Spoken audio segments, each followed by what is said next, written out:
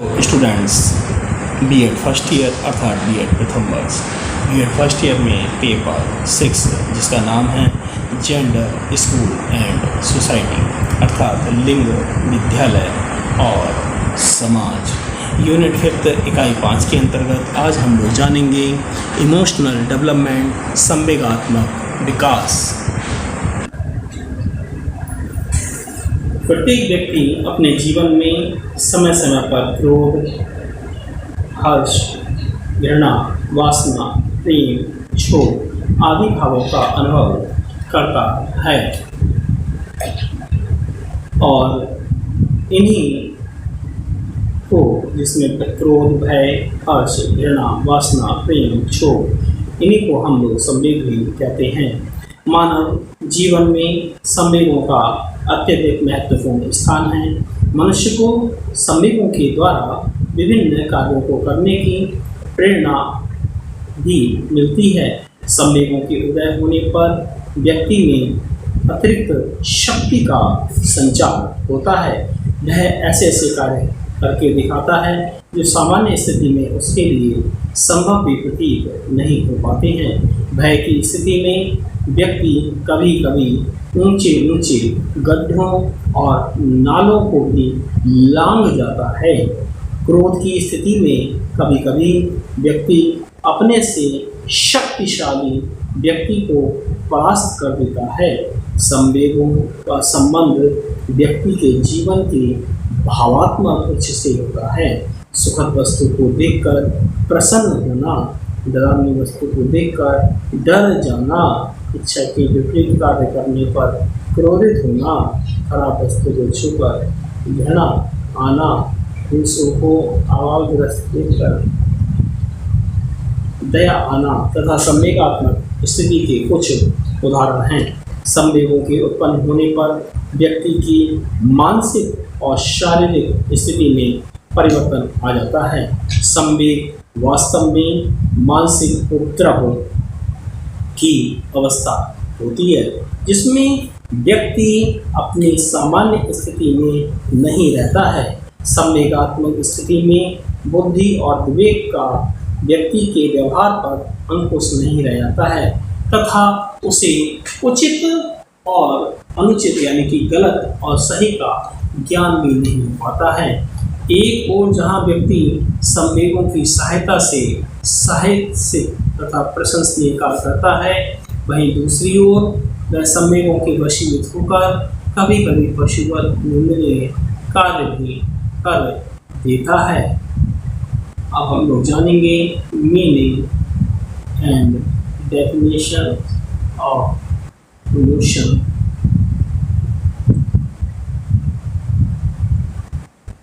संवेग शब्द का शाब्दिक अर्थ है वेग से युक्त, अर्थात जब व्यक्ति वेगवान होकर कार्य करता है तो उसे संवेग कहते हैं। अंग्रेजी भाषा में संवेग को इमोशन कहते हैं। ई का अर्थ फ्रॉम इनसाइड तथा मोशन का अर्थ होता है गति, इसलिए इमोशन शब्द का अर्थ है आंतरिक भावों को बाहर की गति देना। दूसरे शब्दों में हम कह सकते हैं कि संवेग आंतरिक भावों का बाह्य प्रकाशन है।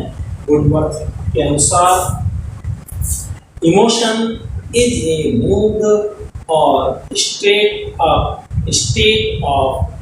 द इंडिविजुअल, अर्थात संवेग व्यक्ति की गति में अथवा आवेश में आने की स्थिति है। शिक्षा शास्त्री पीपी के अनुसार संवेग मनोवैज्ञानिक कारणों से उत्पन्न व्यक्ति का तीव्र उपद्रव है जिसके अंतर्गत व्यवहार, चेतन, अनुभव तथा अंतरंग क्रियाएं सम्मिलित रहती हैं। अब हम लोग जानेंगे कैरेक्टरिस्टिक्स ऑफ इमोशन अर्थात संवेग की विशेषताएं। नंबर 1, संवेगों की व्यापकता, यूनिवर्सलिटी ऑफ इमोशन। नंबर 2, शारीरिक परिवर्तन, बॉडली चेंजेस।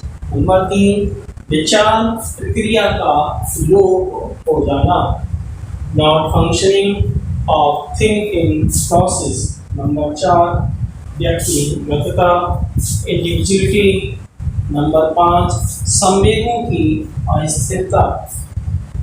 नंबर 6, संवेगों का स्थानांतरण, ट्रांसफर ऑफ इमोशंस। नंबर 7, मूल प्रवृत्तियों में संबंध, रिलेशन विद इंस्टिंक्ट। नंबर 8, संवेगों की क्रियात्मक प्रवृत्ति, cognitive tendency in emotions. Number 9, सुख दुख का भाव निहित, inclusion of the feeling of pleasure and pain. अगला पॉइंट अब हम जानेंगे काइंड्स ऑफ इमोशन, संवेगों के प्रकार। संवेग अनेक प्रकार के होते हैं। मैक्सवेल ने कुल 14 संवेगों का उल्लेख किया है, जिनमें से प्रत्येक संवेग एक मूल प्रवृत्ति इंसिस्ट से संबंधित होता है। ये 14 संवेग तथा उनसे संबंधित मूल प्रवृत्तियां अंगीकृत सारणी में प्रस्तुत किए गए हैं। 14 emotions as suggested by Maxwell द्वारा बताए गए 14 संवेग, जिसमें हम लोग इंसिस्ट और यानी कि मूल प्रवृत्ति और संवेग इमोशन के बारे में जानेंगे। पलायन का मतलब संवेग है आपका भय, मूल प्रवृत्ति विशिष्टता, इसका संवेग है क्रोध, और मूल प्रवृत्ति निवृत्ति, इसका संवेग है आपका घृणा। मूल प्रवृत्ति संतान कामना, इसका संवेग है आपका वात्सल्य। मूल प्रवृत्ति शरणागति, इसका संवेग है आपका करुणा। काम प्रवृत्ति मूल प्रवृत्ति है, इसका संवेग है कामुकता। मूल प्रवृत्ति जिज्ञासा, इसका संवेग है आश्चर्य। मूल प्रवृत्ति दैन्य, इसका संवेग है आपका आत्महीनता। मूल प्रवृत्ति आत्मगौरव, इसका संवेग है आत्माभिमान। मूल प्रवृत्ति साम्यता, इसका संवेग है एकांकीपन। मूल प्रवृत्ति भोजन तलाश, इसका संवेग है भूख। मूल प्रवृत्ति संग्रहण, इसका संवेग है आपका अधिकार। और मूल प्रवृत्ति रचनात्मकता, इसका संवेग है आपका प्रतिभाव। मूल प्रवृत्ति हास्य, जिसका संवेग है आपका आमोद। अब हम लोग जानेंगे फैक्टर्स अफेक्टिंग इमोशनल डेवलपमेंट, संवेगात्मक विकास को प्रभावित करने वाले कारक। नंबर 1, वंशानुक्रम, इसको हम लोग हेरिडिटी के नाम से जानते हैं। स्वास्थ्य हेल्थ, थकान, फैटिग्यू, परिवार का वातावरण, एनवायरनमेंट ऑफ फैमिली, अभिभावकों का दृष्टिकोण, एटीट्यूड ऑफ पेरेंट्स, सामाजिक आर्थिक स्थिति, सोशल इकोनॉमिक स्टेटस, मानसिक योग्यता, मेंटल एबिलिटी, सामाजिक स्वीकृति, सोशल आस्पेक्शन, विद्यालय स्कूल। अब हम लोग जानेंगे identification of sites of emotional conflict, संवेगात्मक विरोध की स्थितियों की पहचान। संवेगात्मक दृष्टि से बालक तथा बालिकाओं के संवेगों में भेदभाव किया जाता है। जिन संवेगों को प्रकट करने से बालकों की सामाजिकता में कोई फर्क नहीं पड़ता है, उन्हीं संवेगों को प्रकट करने पर स्त्रियों को हे दृष्टि से या निम्न दृष्टि से देखा जाता है, और यहाँ तक कि उनको दंडित भी किया जाता है। संवेगात्मक दृष्टि से विरोध की पहचान निम्नलिखित बिंदुओं के अंतर्गत की जा सकती है। वो कौन कौन से बिंदु हैं? वो हैं आपके बालकों को संवेगों पर नियंत्रण रखने के लिए बार बार प्रेरित करना, और बालिकाओं को समयों पर नियंत्रण न रखने पर उनको ध्येय दृष्टि से देखना। बालिकाओं को प्रारंभ से ही उनके संवेगों को दबाने की शिक्षा दी जाती है। बालिकाओं को उनकी माताएं और उनकी बड़ी बहनें उन्हें संवेगों को दबाने की शिक्षा देती हैं। बालकों और बालिकाओं की संवेगात्मक अभिव्यक्ति में भेदभाव करना। बालकों और बालिकाओं की संवेगात्मक अभिव्यक्ति में परिवार में, कुटुंब में भी भेदभाव किया जाता है।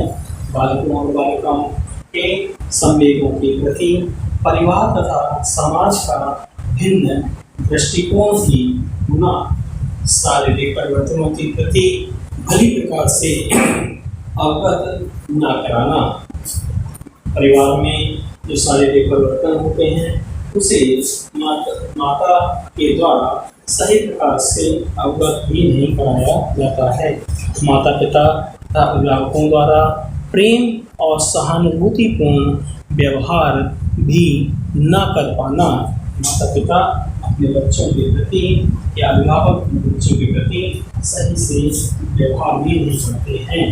असुरक्षा की भावना का होना, बात बात पर बालक बालिकाओं पर क्रोध करना, उनको चिड़चिड़ाना तथा द्वेष की भावना रखना, बालिकाओं के कार्यों और निर्णयों को सामाजिक स्वीकृति न प्रदान करना, बालिकाओं से अत्यधिक कार्य लेना और उनके स्वास्थ्य और खान पान की उपेक्षा भी कुटुंब और परिवार में की जाती है।